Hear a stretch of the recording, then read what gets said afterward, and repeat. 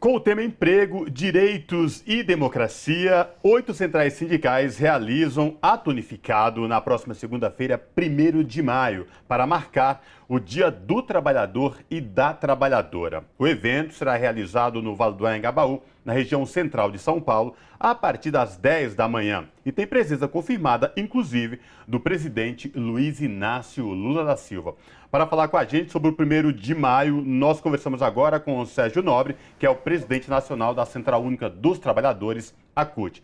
Sérgio Nobre, prazer te receber aqui no Revista Brasil TVT, seja bem-vindo.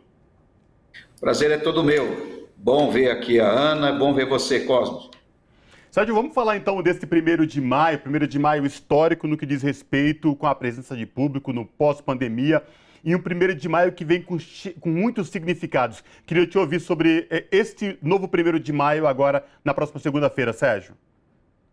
Ele é um 1º de maio histórico porque o mundo todo, a classe trabalhadora no planeta inteiro acompanhou as eleições de outubro do ano passado no Brasil, com muita esperança, né, porque uma vitória do presidente Lula significaria, né, uma alteração na correlação de forças no planeta entre esquerda e direita, e o mundo, com a eleição do presidente Lula, ganharia uma liderança, né, uma voz internacional em defesa dos direitos humanos, da paz, da geração de emprego.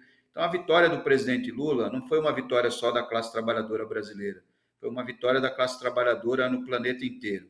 E o 1º de maio, né, que marca nos primeiros meses do governo do presidente Lula, acabamos de fazer o balanço dos 100 dias do governo do presidente e nos enche de muito orgulho, porque o presidente Lula fez nesses 100 dias mais que o Bolsonaro em 4 anos, né? Recuperou a imagem do país no planeta inteiro com as viagens internacionais que fez para a China, para Portugal, para a Espanha, Estados Unidos, o Brasil que estava sumido, né, das relações internacionais, o presidente Lula aparecendo muito bem, recuperando as parcerias econômicas, que é fundamental para a gente retomar o crescimento do nosso país, mas também aqui dentro do nosso país uma sinalização muito clara dos compromissos, né, que ele assumiu na campanha.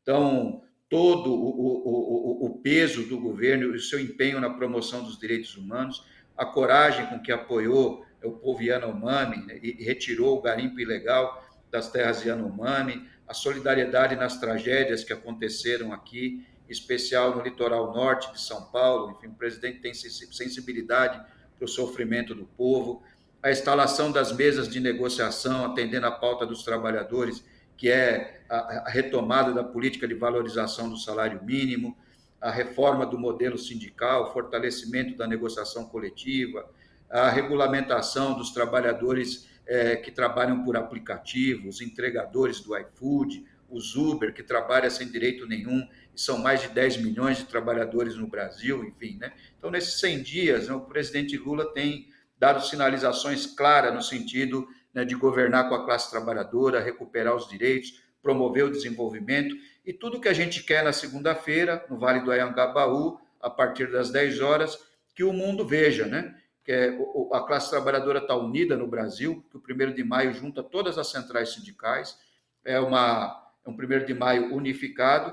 Nós queremos que os partidos participem também, que têm compromisso com o Brasil, com a classe trabalhadora, as lideranças do movimento social e o presidente Lula, né, fazendo anúncios, né, da pauta da classe trabalhadora para o mundo, né? Então, essa é a foto que a gente quer mostrar, que a classe trabalhadora brasileira está unida, né, e que nós estamos junto com o presidente Lula para reconstruir o Brasil. Aliás, aproveitar, né, o Ana e Cosmo, né, para convidar o povo que está me ouvindo aí, né? Importante que você vá na segunda-feira, leve a família, né, os filhos para o Vale do Anhangabaú, para ouvir as lideranças falar, né, mas também o 1º de maio não é só dia de luta, né, de rememorar as lutas e apresentar nossa pauta, mas também é um dia de festa, né?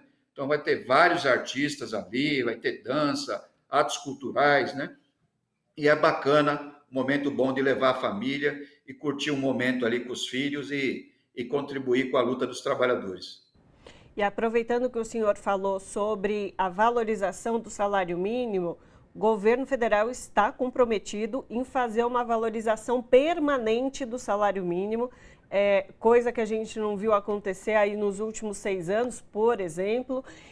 E eu gostaria que o senhor comentasse, para além do ato específico de aumentar o salário mínimo, ter aí um reajuste digno, as pessoas que têm esse salário como patamar de recebimento de renda, mas para a economia e para toda a sociedade, o que a valorização do salário mínimo, no final das contas, impacta para toda a sociedade, para além de quem realmente ganha ali nominalmente um salário mínimo? O salário mínimo ele é o principal instrumento de distribuição de renda que a gente tem no Brasil. Então, cada centavo que entra no salário mínimo, quem recebe salário mínimo, ele não faz poupança, né? Ele recebe e ele usa para o consumo. Então, cada real que entra, ele vai comprar feijão, vai comprar arroz, ele vai comprar uma camiseta, ele vai comprar um sapato, e com isso ele impulsiona a produção tanto no campo quanto na indústria.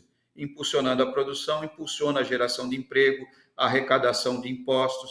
E o presidente Lula, né, nos 2 primeiros mandatos, de 2003 até 2010, ele acreditou muito nisso, ele reajustou o salário mínimo muito acima da inflação, a média, né, dos 2 mandatos foi de 4,8 acima da inflação todo ano no salário mínimo, e aquilo foi fundamental para a recuperação do emprego no Brasil. Nós quase chegamos ao pleno emprego no final do segundo mandato do presidente Lula, e muito por conta da valorização do salário mínimo.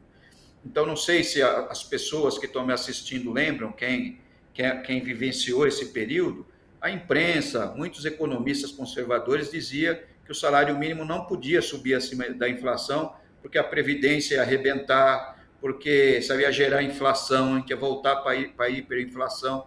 E o salário mínimo foi valorizado muito acima da inflação e não aconteceu nada disso, né? A Previdência estava equilibrada, muito ao contrário, né? A Previdência teve superávit nesse período, não teve inflação coisa nenhuma, né? O trabalhador pôde consumir, ter uma vida melhor, comprar picanha, que o presidente Lula, né, sempre fala, né? Então, retomar a política de valorização do salário mínimo é fundamental. Infelizmente, nos últimos 7 anos, no governo Temer e Bolsonaro, acabou a política, né? O salário mínimo era para ser muito maior que os 1.320 que o presidente Lula vai anunciar aqui, mas o que é importante, né? Está retomando a política. Então, no 1º de maio, o presidente Lula vai anunciar os 1.320, que vai vigorar a partir do 1º de maio, que é um reajuste expressivo, e vai anunciar também a política de valorização permanente. Então, em 1º de janeiro de 2024, o cálculo vai ser a inflação desse ano, né, que está mais ou menos projetada, segundo o Diese, em 5,5%, deve ser a inflação desse ano, e acresce o PIB do ano passado, que está em 2,9%. Né? Então, se isso acontecer, em 1º de janeiro de 2024, tem um novo reajuste na casa de 8,5%, quase 9% no salário mínimo novamente. Né? E aí segue, né, a política para os anos que vêm pela frente. E o presidente Lula também assumiu um compromisso de que, embora não tenha sido culpa dele, né, a interrupção desses últimos 7 anos da política de valorização, mas a partir de janeiro do ano que vem, ele reabre a negociação com as centrais sindicais para discutir a recuperação, né, desse período que ficou para trás no valor do salário mínimo e tentar chegar no final do governo dele com isso zerado, né, sem nenhuma dívida para trás. Então, isso é muito importante. Só quem tem compromisso mesmo com a classe trabalhadora para assumir uma agenda dessa, né?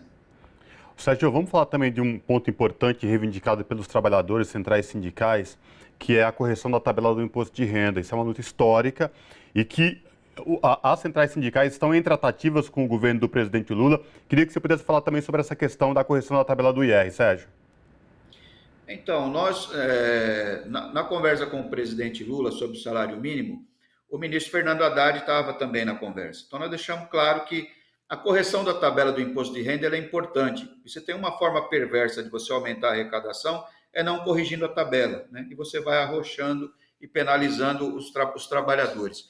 Agora, nós queremos mais do que isso, né? O país vai debater a reforma tributária. Para nós precisamos de uma nova tabela do imposto de renda, né? Uma tabela que de fato seja progressiva.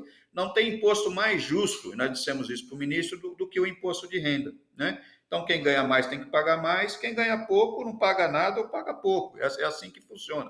A nossa tabela é regressiva. A gente fala que quem paga imposto no Brasil é o trabalhador assalariado, né? Porque o rico não paga imposto quando compra lancha, quando compra helicóptero, né? Os empresários não pagam imposto de renda quando tem lucro, quando tem dividendos, né?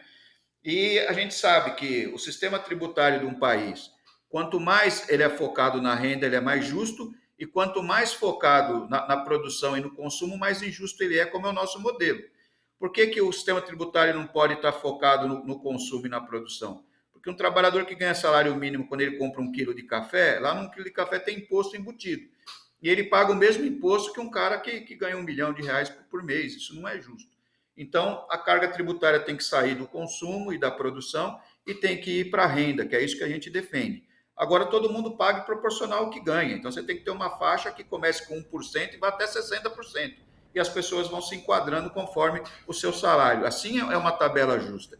E esse debate nós queremos fazer por ocasião no Congresso Nacional da reforma tributária e é uma pauta central, né, para o movimento sindical.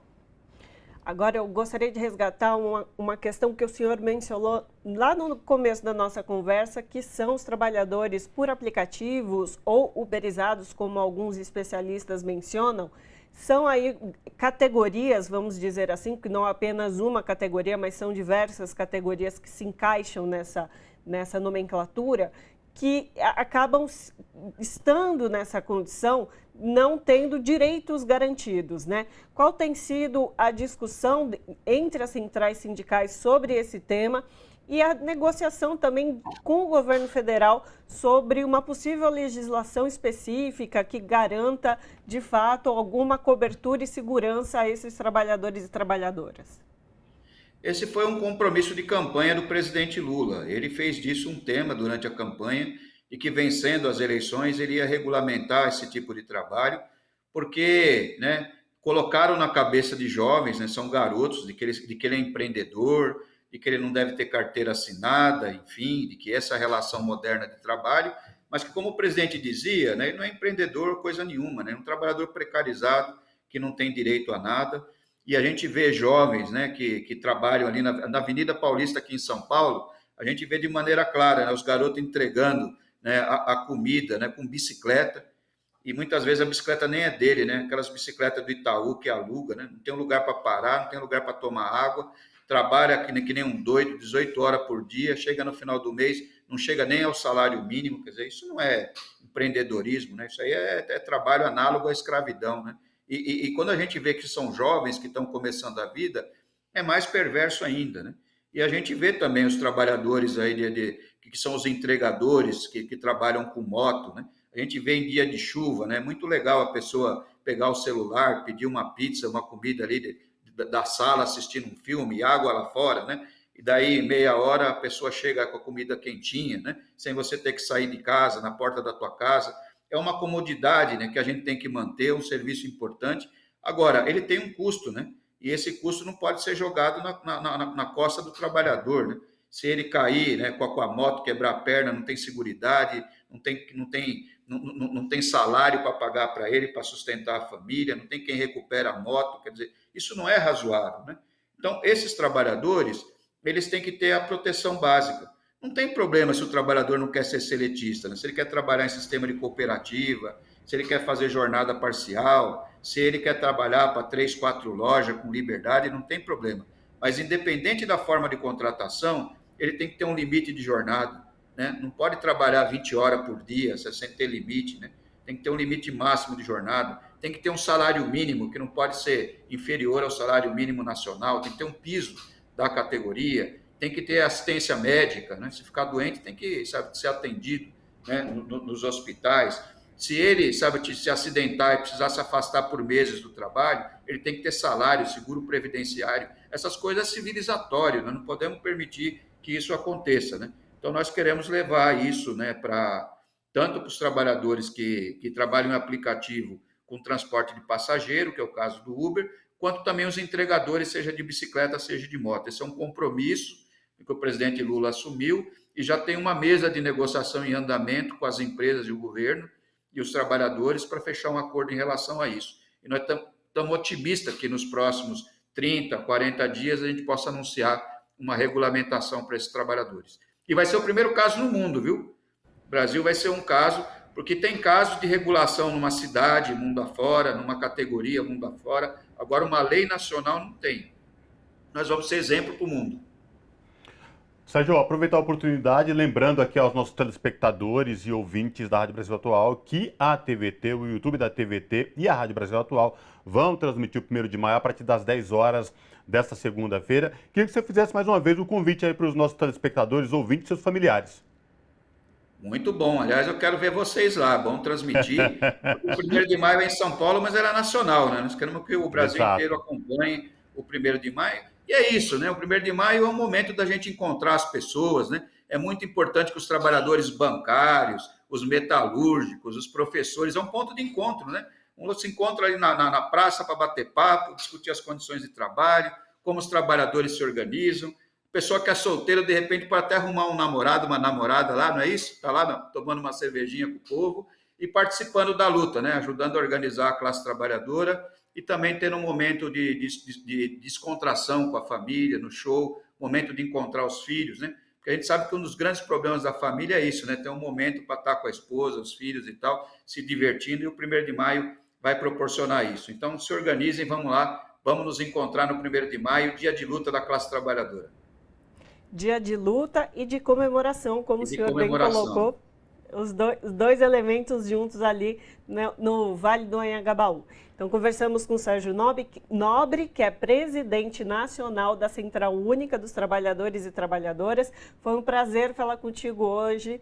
Muito obrigado por participar no Revista Brasil TVT. Eu que agradeço. Um grande abraço. Parabéns aí pelo programa. Abraço. E a gente faz um breve intervalo agora e volta daqui a pouquinho.